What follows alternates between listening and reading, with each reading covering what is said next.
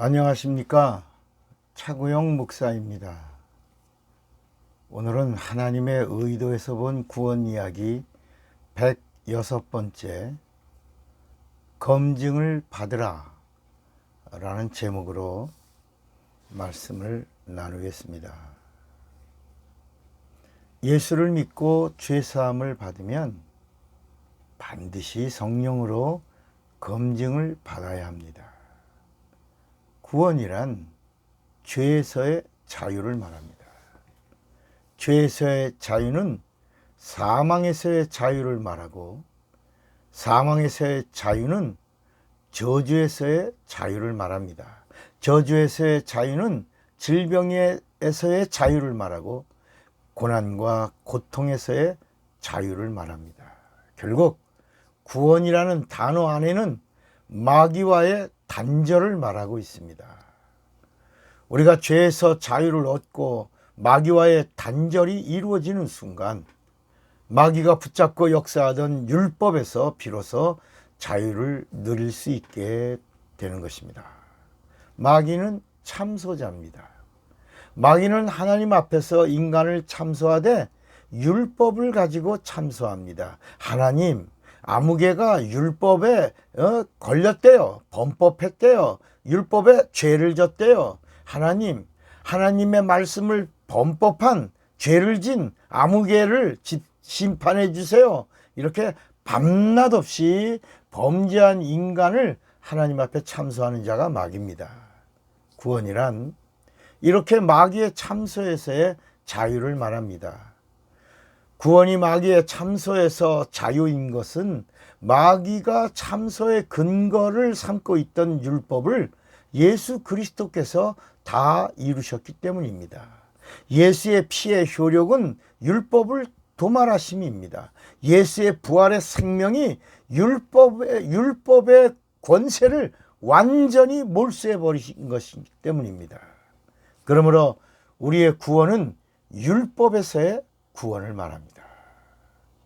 율법에서의 구원을 받는 순간 율법 가지고 참소하던 마귀의 참소가 끝나게 되고, 마귀의 참소가 있으면 하나님은 심판하실 수밖에 없었지만, 우리가 율법에서 자유를 얻는 순간 마귀의 참소에서 자유를 얻게 된 것이고, 마귀의 참소에서 자유를 얻는 순간 심판에서 자유를 얻게 된 것입니다. 그러므로 구원은 죄와 심판과 저주에서의 자유를 말합니다.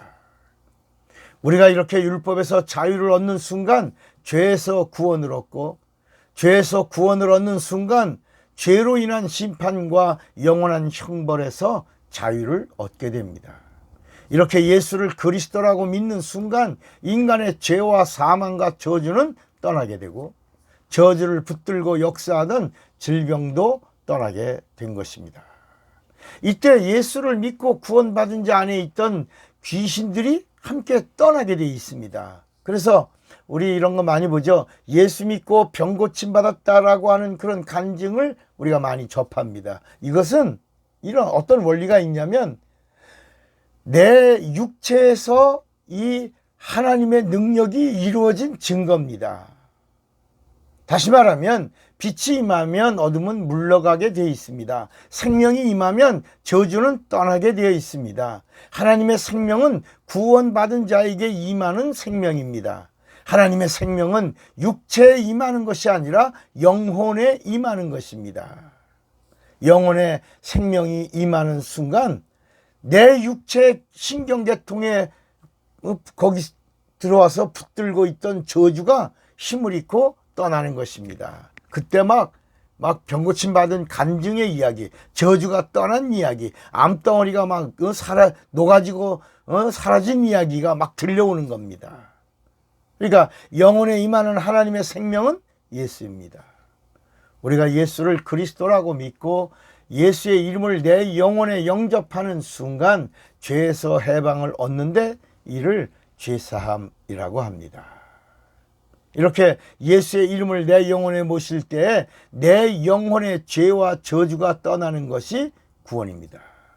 이렇게 구원받은 자를 죄사함 받은 자라고 하고 예수의 이름을 영혼에 모신 자라고도 하며 또 하나님의 자녀된 자라고도 하는데 이는 구원받음에 대한 동일한 말입니다. 구원받은 자, 죄사함 받은 자, 또 예수 이름으로 칭례를 받으면 거듭난 자, 하나님의 자녀, 예수의 사람, 주님의 것, 의롭다함을 얻은 자, 거듭난 자, 새 사람, 새 피조물, 새 것, 영생을 얻은 자, 성도, 주의 종, 이게 다 모두가 구원받음에 대한 동격의 말들입니다. 우리가 죄에서 구원받는 것은 인간의 행위나 노력에서 얻어진 결과가 아니고 하나님의 은혜라는 사실입니다. 하나님의 은혜는 값없이 주시는 하나님의 선물입니다. 인간 편에서 값을 매길 수 없는 하나님의 선물로서의 은혜를 구원이라고 합니다. 내가 예수를 그리스도라고 고백하고 예수의 이름을 내 영혼의 구주로 모심으로 죄에서 구원을 얻게 되었습니다. 그런데 구원받음에 대하여만큼은 하나님의 법대로 구원을 받으라는 것입니다. 인간의 뜻대로 구원을 이루는 것이 아니라 하나님의 법대로 구원을 받아야 진짜 구원이라는 것입니다. 그러니까 우리가 예수를 믿으면 구원을 받습니다. 이것은 하나님의 법입니다. 하나님의 법은 하나님의 영불변하시는 약속입니다. 우리의 구원은 하나님이 정하신 법이고 하나님도 지키셔야 하는 하나님의 약속입니다. 오늘날 많은 그리스도인들이 여기까지만 알고 구원을 노래합니다. 하나님이 정하신 구원의 법에는 한 가지가 더 있다는 것을 잘 알아야 합니다. 예수 믿으면 구원을 받습니다. 한 가지가 더 있다는 겁니다. 구원받음에 대한 그 한 가지 더한 법칙이 바로 성령 받음입니다. 성령을 받는 것은 구원받음에 대한 인정을 하나님으로부터 받아내는 것입니다. 내가 예수를 그리스도라고 믿습니다. 예수의 이름을 내 영혼에 모셨습니다.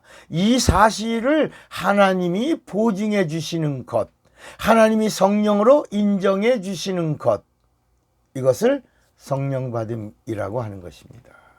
그래서 성령 받음은 성령의 인침, 성령의 보증이라는 뜻도 있지만 성령과 영원히 함께라고 하는 깊은 뜻이 담겨 있는 것입니다.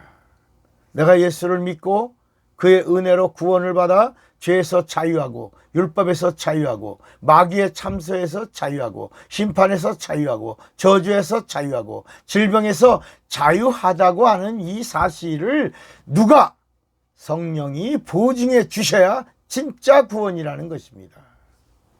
성령의 보증을 성령 침례라고도 말하고 내 안에 오셨어요. 내 안에 강림했어요. 그래서 성령 강림이라고 말하고 성령의 내주하심이라고 말하고 성령으로 의롭다 함을 받았다라고 말하고 이것을 구원의 확신이라고 이렇게 말하는 것입니다. 다 동격의 언어입니다.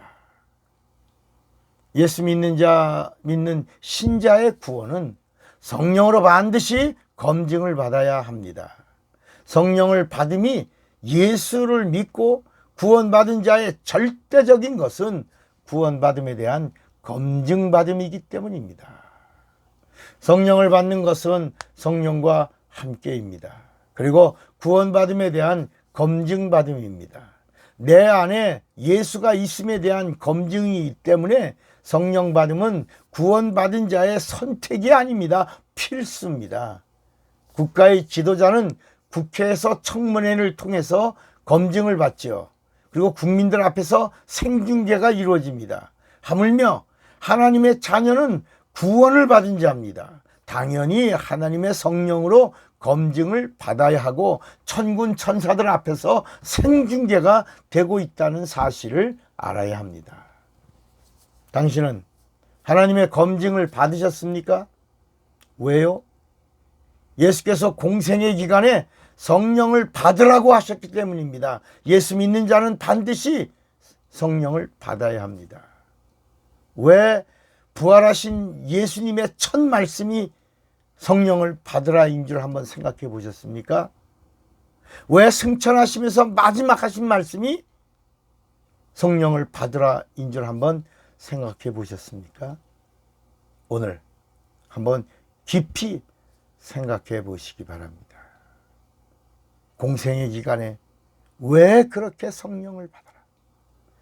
나를 믿는 자는 성령을 받아라. 부활하신 후에 첫 마디가 성령을 받아라. 예루살렘을 떠나지 말고 성령을 받아라.